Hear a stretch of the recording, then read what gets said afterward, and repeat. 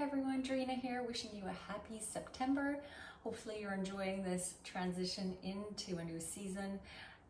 I don't love fall and winter, I make no secret about that, but I do love something that shows up in the produce market this time of year. Do you guys see it behind me in my dish drainer? They are the most amazing mangoes, and you have to get out and get them because the season is really short.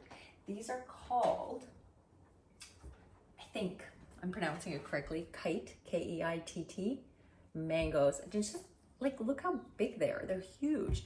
And I was in the States yesterday and found these at Whole Foods. So they're out now. These ones aren't ripe, and you're not gonna know they're ripe by color. They don't go, at least, again, guys, correct me, but I don't remember these turning like an orangey hue last year. They stay greenish, but you'll know by smell, right? When it gets that fragrant mango aroma, and also when it becomes a little soft, like yields to the touch.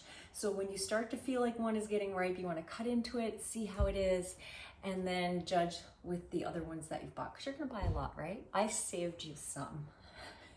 A few. No, I bought like 10, but I'm going back next week to buy more.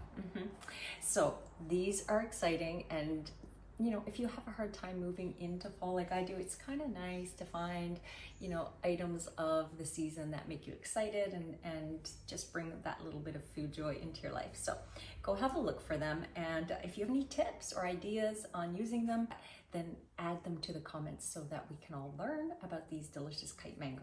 Okay, we'll see you soon.